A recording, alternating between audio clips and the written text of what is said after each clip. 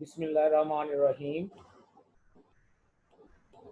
आज का जो हमारा टॉपिक है that is the Mendelian inheritance as well as we will discuss about the sex linkage in human. तो पहले हम बात करते हैं मेंडेलियन इनहेरिटेंस की। मेंडल इसने दो लॉज दिए थे, जैसे तीसरा लॉ ऑफ डोमिनेंस का इसका वो भी कंटिन्यूड था, लेकिन मेन दो लॉ जो है वो इनहेरिटेंस के हम डिस्कस करते हैं। One is the Mendel's law of segregation and the other one is the Mendel's law of independent assortment. Mendel's law of segregation क्या है? इस लॉ के मुताबिक एक इंडिविजुअल के अंदर कोई भी एक ट्रेट है ना, तो उस ट्रेट को कंट्रोल करने वाले फैक्टर्स मौजूद होते हैं, जिन फैक्टर्स की बाद में जब रीडिस्कवरी हुई थी मेंडेलियन वर्क की तो उनको जीन्स का नाम दिया गया था। तो लॉ ऑफ सेग्रीगेशन के मुताबिक एक इंडिविजुअल के अंदर जो फैक्टर्स मौजूद होते हैं किसी भी ट्रेड को कंट्रोल करने के लिए, वो फैक्टर पेयर की सूरत में मौजूद है। जैसे सपोज मैं कहता हूँ ये दो फैक्टर मौजूद है, ये फैक्टर्स का एक पेयर मौजूद है एक ट्रेड को कंट्रोल करने के लिए। सपोज ये सीड शेप को कंट्रोल करने के लिए ये फैक्टर है, तो ये पेयर की सूरत में। और लॉ ऑफ सेग्रीगेशन ये कहता है कि जब गैमेट्स बनते हैं, गैमेटोजेनेसिस होती है, तो गैमेटोजेनेसिस के दरमियान ये फैक्टर्स एक दूसरे से सेग्रीगेट हो जाते हैं, अलग अलग हो जाते हैं। और इस तरह से अलग अलग हो जाते हैं कि गैमेट्स को ये फैक्टर्स पेयर्स की सूरत में नहीं मिलते, बल्कि गैमेट्स को ये फैक्टर एक एक की सूरत में मिलते हैं। ये है लॉ ऑफ सेग्रीगेशन कि एक इंडिविजुअल के अंदर ट्रेट को कंट्रोल करने के लिए जो फैक्टर मौजूद है वो पेयर्स की सूरत में मौजूद है, और ये जो है वो पेयर, इसमें दोनों मेंबर एक दूसरे से सेग्रीगेट हो जाते हैं at the time of gamete formation.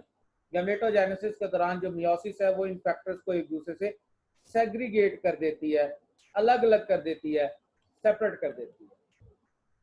और इस तरह से सेपरेट करती है कि हर गैमेट को इन फैक्टर्स में से एक एक मेंबर मिलता है। ठीक हो गया। अब इस लॉ को समझने के लिए हम एग्जांपल का सहारा लेंगे एक मोनोहाइब्रिड क्रॉस की। मोनोहाइब्रिड क्रॉस क्या होगा? एक ऐसा क्रॉस होगा दो इंडिविजुअल्स के दरमियान जिसमें हमारा फोकस सिर्फ एक ट्रेट के ऊपर होगा। जो मोनोहाइब्रिड क्रॉस है, मोनोहाइब्रिड क्रॉस में हम सिर्फ एक ट्रेट की ही हाइब्रिड्स जब वो प्रोड्यूस करते हुए उसको जब वो स्टडी करेंगे। सपोज मेंडल ने जो स्टडी किए थे पी प्लांट के ट्रेट्स, उसने 7 कंट्रास्टिंग पेयर ऑफ ट्रेट्स जब वो स्टडी किए थे, उसमें से हम किसी एक ट्रेट को ले लेते हैं। सपोज हम ट्रेट ले लेते हैं कि एक प्लांट जो है वो हाइट में टाल है, हम उस टाल प्लांट का क्रॉस करवा लेते हैं एक दीवार प्लांट के साथ। ठीक है, दीवार के साथ। अब सिर्फ हम एक ट्रेट ले रहे हैं, that is the plant height. ठीक है, प्लांट हाइट। अब दो इंडिविजुअल्स के दरमियान हम एक क्रॉस करवा रहे हैं जिसमें हमारा फोकस सिर्फ एक ट्रेट के ऊपर है, मतलब उस ट्रेट को कंट्रोल करने वाला फैक्टर भी एक पेयर ही है। अब जो पेरेंट्स हैं उनके दरमियान जब क्रॉस होगा तो जो पहली जनरेशन बनेगी that is the F1 generation, और फिर जब F1 का आपस में क्रॉस होगा, सेल्फ फर्टिलाइजेशन होगी, तो उसके नतीजे में जो सेकंड जनरेशन बनेगी that will be the F2 generation. अब हमने क्रॉस करवाया, सपोज हमने क्रॉस करवा दिया किसका? टाल प्लांट्स का डिवार्फ प्लांट्स के साथ। हमने क्या किया कि होमोजाइगस टाल प्लांट लिए, मीन कैपिटल टी, इनका क्रॉस किसके साथ करवाया? होमोजाइगस डिवार्फ प्लांट्स के साथ, मीन स्मॉल टी। अब गैमेट फॉर्मेशन के दौरान क्या हुआ?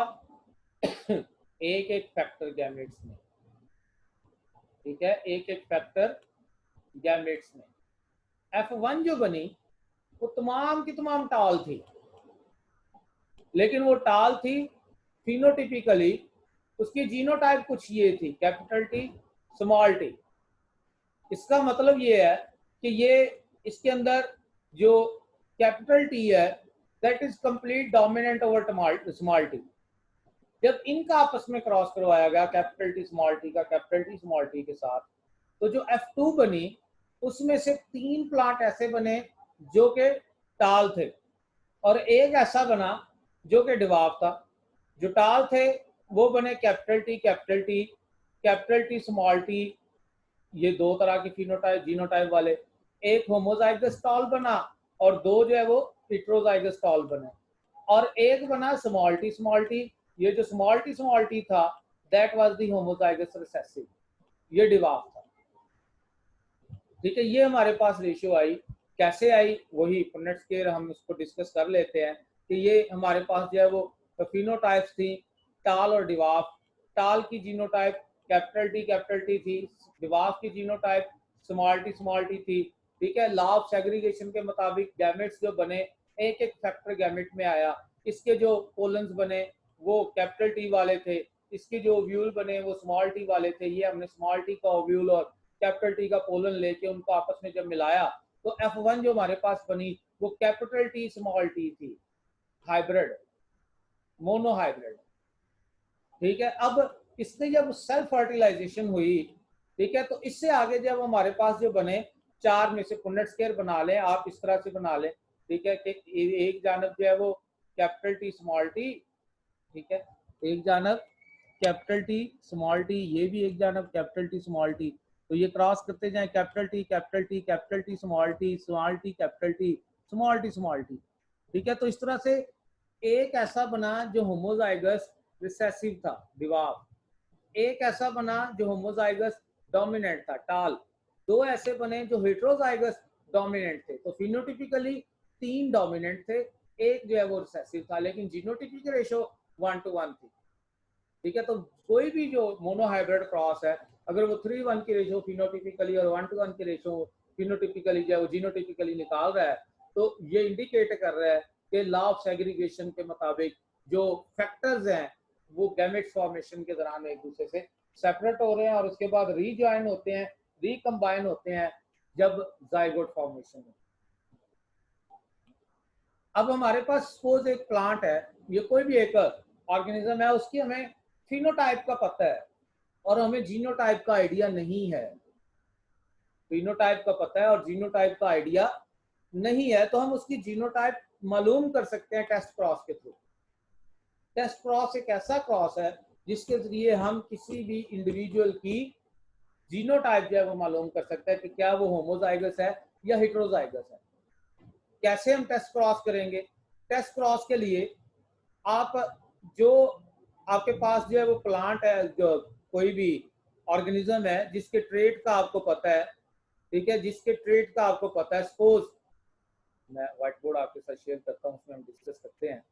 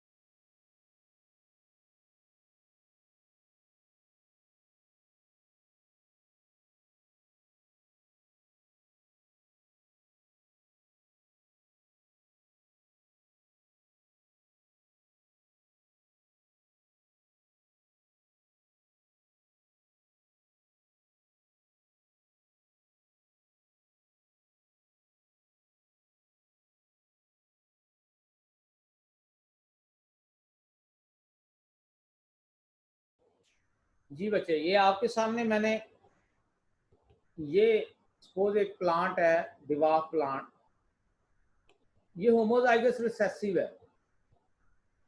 हमें होमोजाइगस रिसेसिव वो तो कंफर्म ही होगा फिनोटिपिकली भी वो रिसेसिव हो गया, जीनोटाइप भी उसकी हमें पता है, that is the recessive alleles. ये हमारे पास फिनोटिपिकली दो प्लांट हैं, दोनों के दोनों टाल है। अब हमें नहीं पता कि ये होमोजाइगस टाल है या हेटेरोजाइगस टाल है। अब हम क्या करेंगे, एक फिनोटिपिकली डोमिनेंट का क्रॉस करवाएंगे फिनोटिपिकली रिसेसिव के साथ। डोमिनेंट फिनोटाइप वाले का क्रॉस करवाएंगे रिसेसिव फिनोटाइप के साथ। अब अगर तो डोमिनेंट वाला होमोजाइगस होगा, रिसेसिव वाला भी होमोजाइगस है, तो जैसे F1 में रेशो निकलती है, ठीक है, कि सारे के सारे ही डोमिनेंट होते हैं। तो जब आप एक रिसेसिव फिनोटाइप के साथ एक डोमिनेंट फिनोटाइप वाले इंडिविजुअल का क्रॉस करवाएंगे और आपके पास ऑफस्प्रिंग सारी की सारी डोमिनेंट हो, तो इसका मतलब है कि वो इंडिविजुअल जो डोमिनेंट फिनोटाइप वाला था, दैट इज द होमोजाइगस। लेकिन अगर आप क्रॉस करवाएं एक डोमिनेंट फिनोटाइप का एक रिसेसिव फिनोटाइप के साथ और बनने वाली ऑफस्प्रिंग में आपके पास आधी डोमिनेंट हो और आधी रिसेसिव हो, तो ये इंडिकेट कर रहा है कि जो इंडिविजुअल था dominant individual, that was the heterozygous, that was the heterozygous. तो इस तरह से होमोजाइगस और हेटेरोजाइगस इंडिविजुअल्स का आपको आइडिया हो सकता है। आप होमोजाइगस और हेटेरोजाइगस इंडिविजुअल्स है वो निकाल सकते हैं किस बेस पे, उसके क्रॉस को करवाते हुए, कि आप क्रॉस करवाएंगे, टेस्ट क्रॉस क्या है, that is to test the genotype. इसमें आप क्रॉस करवाएंगे डोमिनेंट फिनोटाइप का रिसेसिव फिनोटाइप के साथ। और अगर आपको ऑफस्प्रिंग के अंदर तमाम के तमाम डोमिनेंट मिले, ठीक है, तमाम के तमाम डोमिनेंट मिले, तो इसका मतलब है that individual was the homozygous. और अगर ऑफस्प्रिंग के अंदर आपको आधे डोमिनेंट मिले और आधे रिसेसिव मिले, तो इसका मतलब है that individual was the heterozygous. ठीक है, तो टेस्ट क्रॉस के जरिए आप होमोजाइगस या हेटेरोजाइगस इंडिविजुअल्स का पता चला सकते हैं। ये तो हमने पहले स्टडी किया ना एक ट्रेट को, एक क्रॉस में आप एक ट्रेट को जब स्टडी कर रहे हैं। अगर आप एक क्रॉस के अंदर एट अ टाइम दो ट्रेट्स को स्टडी करना शुरू कर दें, that will be dihybrid. तीन को स्टडी करेंगे ट्राई हाइब्रिड। ठीक हो गया। तो डाई हाइब्रिड क्रॉस क्या है? डाई हाइब्रिड क्रॉस एक ऐसा क्रॉस है जिसमें आप एट अ टाइम उस क्रॉस के अंदर दो डिफरेंट जीन्स और उनसे बनने वाली फिनोटाइप्स की स्टडी कर रहे हैं। मसलन आप स्टडी कर रहे हैं एक प्लांट का जो सपोज राउंड सीडेड था और साथ में येलो सीड भी थे उसके, ठीक है। अब आप सीड की शेप और सीड का कलर, दो चीजों के ऊपर फोकस है आपका, that will be dihybrid. और अगर मैं कह दूं नहीं कि round seeded yellow seeded plant था, राउंड येलो सीडेड प्लांट था और टाल था, तीन ट्रेट आ गए, ट्राई हाइब्रिड क्रॉस। तो ये क्रॉस कितने भी, मतलब आप कितने ट्रेड्स को उसमें स्टडी कर रहे हैं क्रॉस के अंदर, उसके तहत होगा ये। तो खैर यहाँ पर जब हम डाई हाइब्रिड क्रॉस की स्टडी करते हैं, तो डाई हाइब्रिड क्रॉस के अंदर जब दो contrasting pair of traits follow करते हैं सेम क्रॉस के अंदर, तो उनके एलील्स एक दूसरे से इंडिपेंडेंट असॉल्ट होंगे नेक्स्ट जनरेशन में। मीन कि सपोज हम स्टडी कर रहे हैं सीड शेप को और सीड कलर को। सीड शेप है जी उसकी राउंड या रिंकल, सीड कलर है जी ग्रीन या येलो। तो ये आपस में इंटरकनेक्टेड नहीं है, राउंड और येलो या ग्रीन और रिंकल्ड। ये जरूरी नहीं है कि जो सीड की शेप होगी उसके साथ ही स्पेसिफिक ही उसका कलर भी होगा, नहीं। सीड शेप और सीड कलर ये एक दूसरे से इंडिपेंडेंट ट्रेड्स होंगे। ऐसी कोई हाइट है या कोई और कोई भी ट्रेड, मतलब जब भी हम दो ट्रेड्स को स्टडी करना चाहेंगे क्रॉस के अंदर, तो उन दोनों ट्रेड्स के जीन्स की नेक्स्ट जनरेशन के अंदर जो असॉर्टमेंट होनी है, जो उन्होंने तरतीब आनी है, जो अगली जनरेशन में जीन्स ने जाना है, वो एक दूसरे से इंडिपेंडेंट जाना है। मतलब हम एक क्रॉस करवाते हैं, हम एक राउंड सीडेड येलो प्लांट का रिंकल ग्रीन के साथ, राउंड येलो का रिंकल ग्रीन के साथ।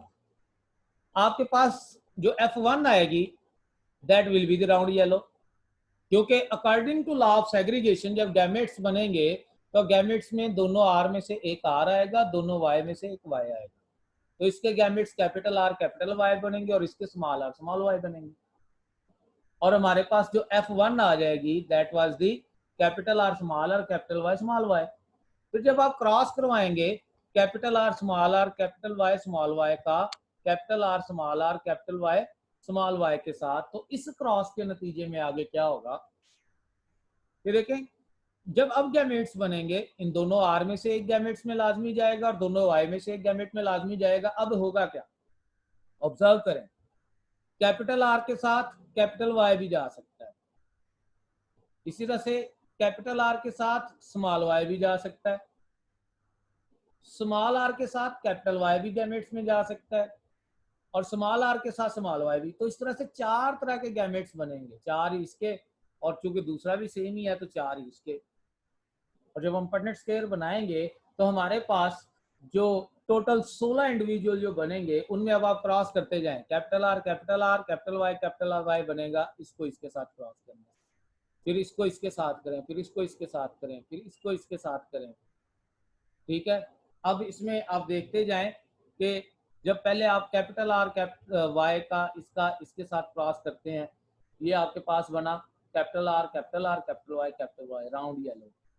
फिर आप इसका क्रॉस करवाएं इसके साथ, capital R capital Y small y capital Y round yellow.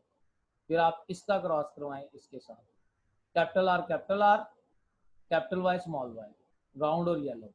फिर आप इसका और इसका करवाएं, capital R capital Y small y. तो इस तरह से आपके पास ये पहली लाइन का क्रॉस आ गया इसके साथ। फिर आप इसका इसी पूरी लाइन का इसके साथ क्रॉस करवाएं, फिर आप इस लाइन का इसके साथ क्रॉस करवाएं, फिर आप इस लाइन का इसके, आप देखते जाए ये capital R small r capital Y बनता जाएगा इसको इसके साथ करवाना। फिर इसको आप ये सारा टोटल बन गया। अब मैं जो आपको फोकस करवाना चाह रहा हूँ वो देखें कि यहाँ पर आपको टोटल 1 2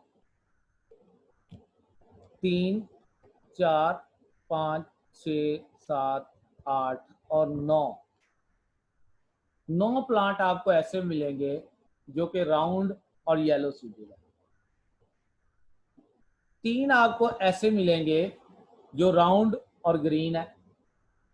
3 आपको ऐसे मिलेंगे जो रिंकल और येलो है, और एक आपको ऐसे मिलेगा जो रिंकल और ग्रीन है। अब आप देखिए ऊपर पेरेंट्स में रिंकल ग्रीन मौजूद थे, यहाँ रिंकल ग्रीन मौजूद है, राउंड येलो मौजूद थे, यहाँ राउंड येलो मौजूद है, लेकिन ये ट्रेड्स तो नहीं है, ठीक है। राउंड ग्रीन और रिंकल येलो, ये वाले जो ट्रेड्स हैं राउंड ग्रीन और रिंकल येलो।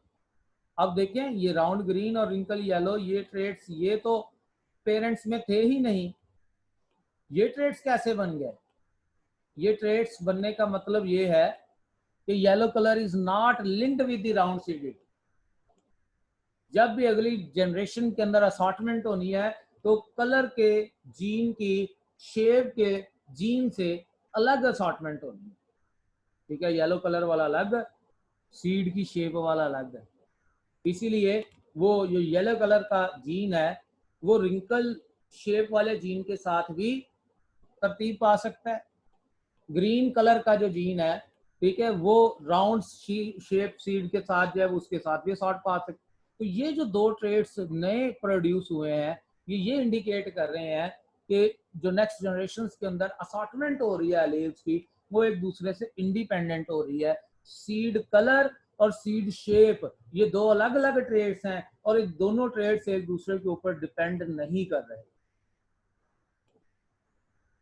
हमने जब मोनोहाइब्रिड क्रॉस करवाया था राउंड की रेशियो हमारे पास निकली थी 3/4, ठीक है। राउंड की रेशियो हमारे पास जो निकली थी 3/4, और मोनोहाइब्रिड क्रॉस में येलो की रेशियो भी यही निकलती थी 3/4। तो अकॉर्डिंग टू प्रोडक्ट रूल क्या बनेगा, 4 को 4 से, 3 को 3 से मल्टीप्लाई करें 9/16, तो राउंड येलो हमारे पास 9/16 ही है। ऐसे ही राउंड 3/4 था, ग्रीन 1/4 था, तो राउंड ग्रीन 1/4 और 3/4 को मल्टीप्लाई करें 3/16 है। रिंकल 1/4 था, येलो 3/4 था, हमारे पास वही 3/16 आंसर है। रिंकल 1/4 था, ग्रीन 1/4 है, आंसर 1/16 प्रोडक्ट रूल। तो इट्स मीन दैट कि ये सारे के सारे अकॉर्डिंग टू प्रोडक्ट रूल इनकी वही प्रोबेबिलिटी निकल रही है जो मोनोहाइब्रिड क्रॉस में जब वो निकल रही थी। रेशियो वही है 3/1 की। यहाँ पर आप उस दोनों रेशियो को कलेक्टिव कर लें, आपके पास वो एग्जैक्ट वो रेशियो हमारे पास प्रोडक्ट रूल के तहत आ रही है। ठीक है, तो ये वही उसी लेकिन सिर्फ क्या हो रहा है कि यहाँ पर असॉर्टमेंट इंडिपेंडेंट हो रही है। अगर जीन्स में लिंकेज नहीं है तो जीन्स एक दूसरे से इंडिपेंडेंट ही नेक्स्ट जनरेशन में असॉर्ट होंगे। ये बाद में डिस्कवरी हुई थी जीन लिंकेज की, कि कुछ जीन्स एक दूसरे के साथ लिंक्ड होते हैं। ठीक है, तो एक क्रोमोसोम के ऊपर जो जीन्स है वो एक दूसरे के साथ लिंक्ड है। जीन लिंकेज का कॉन्सेप्ट आया था और ये लिंक्ड जीन्स एक दूसरे से दूर होते हैं क्रॉसिंग ओवर के नतीजे में और म्यूटेशंस के नतीजे में, और इन जीन्स के दरमियान जितना ज्यादा फासला होता है ये उतने ज्यादा इंडिपेंडेंट असॉर्ट होते हैं, और जितना कम फासला होता है उतने एक दूसरे से डिपेंडेंट होते जाते हैं। ये बाद में डिस्कवरीज हुई थी जीन लिंकेज की। तो लिंकेज को अलग से अगर हम कंसिडर कर लें, बाकी सारा जो वो चीजें देखें तो कंफर्म है कि लॉ ऑफ इंडिपेंडेंट असॉर्टमेंट के तहत ही सारे ट्रेड्स हैं। लिंकेज इसको फॉलो नहीं करता। लेकिन लिंकेज के साथ फिर जब क्रॉसिंग ओवर की बात करते हैं तो क्रॉसिंग ओवर की वजह से वहां पर भी असॉर्टमेंट में रिकम्बिनेशन जो है वो आ जाती है। ठीक है, इंडिपेंडेंट असॉर्टमेंट वहां पर भी फॉलो होना शुरू हो जाता है, लेकिन वो डिपेंड करता है कि जीन्स के दरमियान फासला कितना है। जीन लिंक्ड है, लिंकेज ग्रुप बने हुए हैं मुख्तलिफ ह्यूमंस के अंदर, और उनमें कुछ जीन्स ऐसे हैं जो कि सेक्स क्रोमोसोम के साथ लिंक्ड है, सेक्स क्रोमोसोम के ऊपर लिंक्ड है। ऐसे जीन्स को हम नाम देते हैं सेक्स लिंक्ड जीन्स, और ऐसी इनहेरिटेंस को हम नाम देते हैं सेक्स लिंक्ड इनहेरिटेंस। अगर ऑटोसोम के ऊपर जीन्स लिंक्ड हैं तो ऐसी इनहेरिटेंस को हम नाम देंगे ऑटोसोमल इनहेरिटेंस। अगर सेक्स क्रोमोसोम के ऊपर लिंक्ड है तो sex linked inheritance. Sex linked में भी दो तरह की आ गई, एक एक्स लिंक्ड आ गई और एक वाई लिंक्ड आ गई। एक्स लिंक्ड डोमिनेंट आ गई, एक्स लिंक्ड रिसेसिव आ गई, वाई लिंक्ड आ गई। ठीक है, और फिर इसी तरह से एक सूडो ऑटोसोमल भी है। ठीक है, जो कि एक्स और वाई क्रोमोसोम में सूडो ऑटोसोमल रीजन्स के अंदर जीन्स मौजूद है। इस तरह से कुछ सेक्स लिमिटेड ट्रेड्स होते हैं, इस तरह से कुछ सेक्स इन्फ्लुएंस ट्रेड्स होते हैं। हम वन बाय वन इनको डिस्कस करते हैं। सबसे पहले हम बात करते हैं यहाँ पर ऑटोसोमल ट्रेड्स की। याद रखिएगा, ऑटोसोम चूंकि मेल और फीमेल में एक जितने हैं तो ऑटोसोमल ट्रेड्स मेल और फीमेल को इक्वली इफेक्ट करते हैं। ठीक है, ऑटोसोमल ट्रेड्स मेल और फीमेल को इक्वली इफेक्ट करते हैं। जो सेक्स लिंक्ड ट्रेड्स हैं उसमें अब दो कैटेगरीज आ गई, एक सेक्स लिंक्ड में एक्स लिंक्ड आ गई, एक वाई लिंक्ड आ गई। जो एक्स लिंक्ड है उसमें भी अब वो ट्रेड वो डोमिनेंट जीन की वजह से डेवलप हो रहा है या रिसेसिव जीन की वजह से डेवलप हो रहा है। इस वजह से मजीद दो किस्में आ जाती हैं। ठीक है, x linked dominant trait, X linked recessive trait. हम वन बाय वन डिस्कस करते हैं। सबसे पहले हम एक एग्जांपल ले लेते हैं। ठीक है, उसकी एक्स लिंक्ड ट्रेट्स की। ये आपके सामने एक एक्स लिंक्ड ट्रेट्स की जो एग्जांपल है, एक्स लिंक्ड रिसेसिव ट्रेट की ये एग्जांपल है।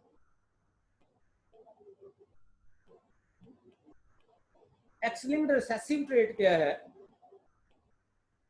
ये ऐसा ट्रेट है जो कि एक्स क्रोमोसोम के ऊपर रिसेसिव अलील की वजह से होगा। एक्स क्रोमोसोम के ऊपर रिसेसिव अलील की वजह से होगा। मसलन मैं एक एग्जांपल देता हूं हीमोफीलिया की। हीमोफीलिया क्लॉटिंग फैक्टर की वजह से जब वो हो रही है डिजीज, हीमोफीलिया की हम एग्जांपल ले लेते हैं। हीमोफीलिया के केस में हीमोफीलिया का जो जीन है that is present on the x chromosome, अगर ये कैपिटल है, डोमिनेंट है, इंडिविजुअल नॉर्मल, ये नॉर्मल फीमेल, ये इसके ऊपर दोनों के दोनों जो जीन्स हैं, ठीक है, एक्स क्रोमोसोम के ऊपर वो डोमिनेंट है।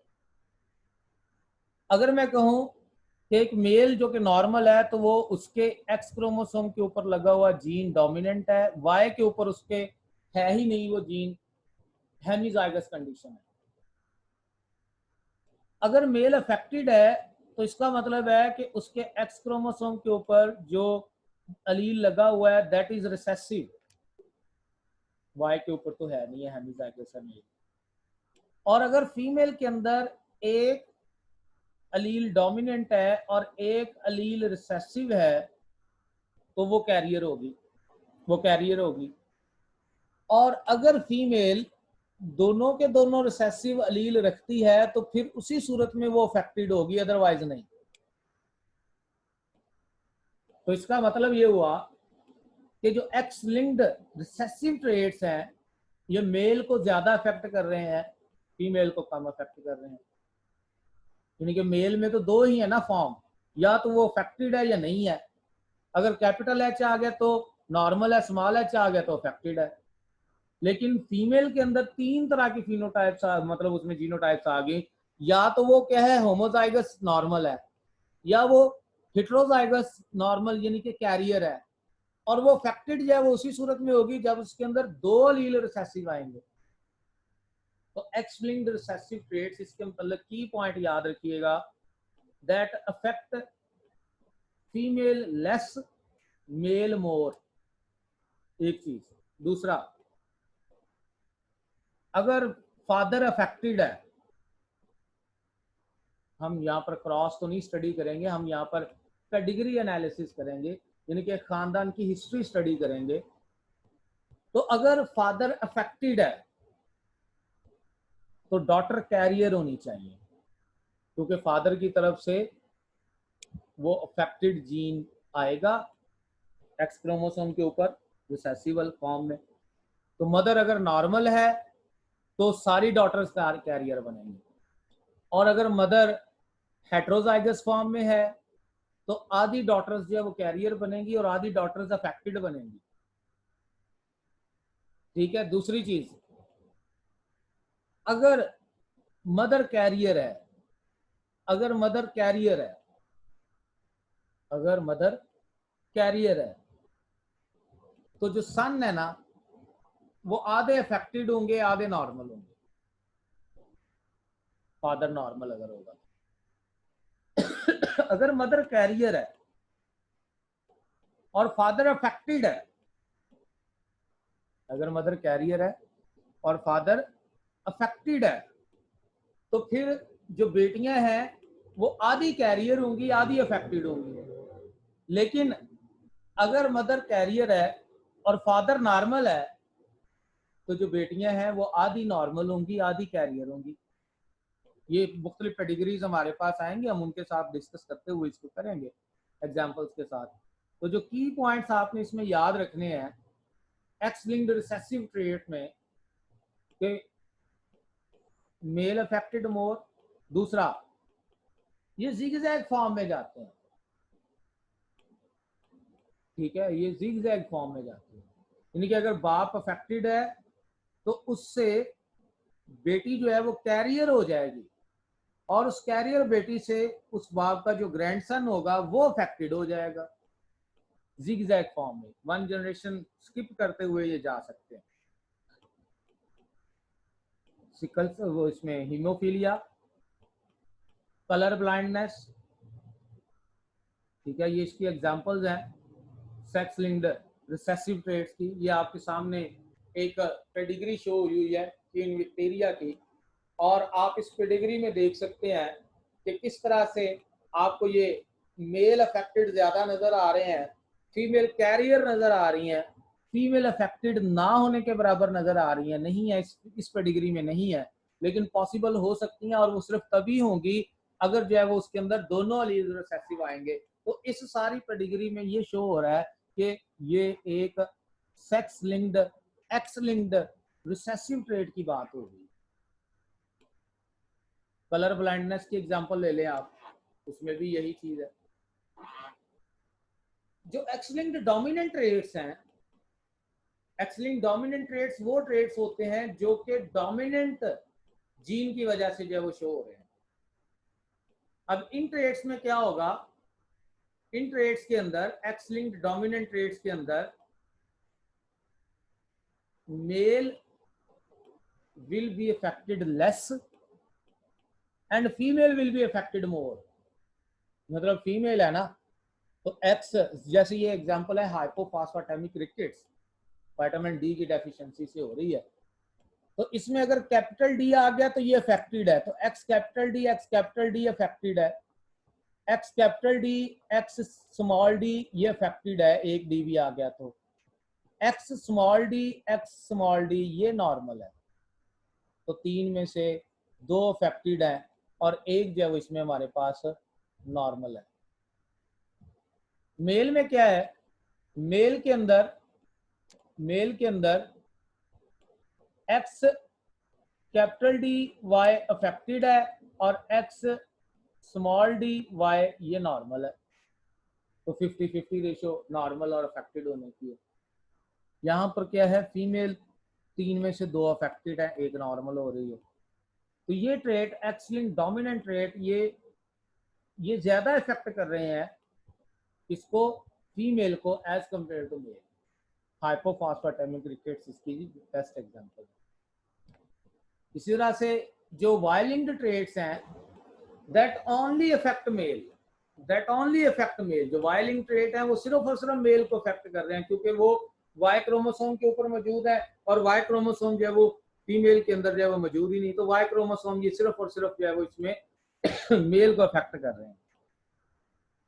जैसे मेलनेस का ट्रेट SRY जीन, ठीक है। उसके अलावा कुछ रैंडम हमने डिस्कस किए सेक्स इन्फ्लुएंस्ड ट्रेट्स थे, जो कि एक सेक्स को ज्यादा अफेक्ट कर रहे हैं, दूसरी के ऊपर कम अफेक्ट कर रहे हैं। जैसे बाल्डनेस है, ठीक है, बालों का जो है वो गिरना, फीमेल को कम अफेक्ट करते हैं, मेल को ज्यादा, ये हार्मोनल इश्यूज की वजह से।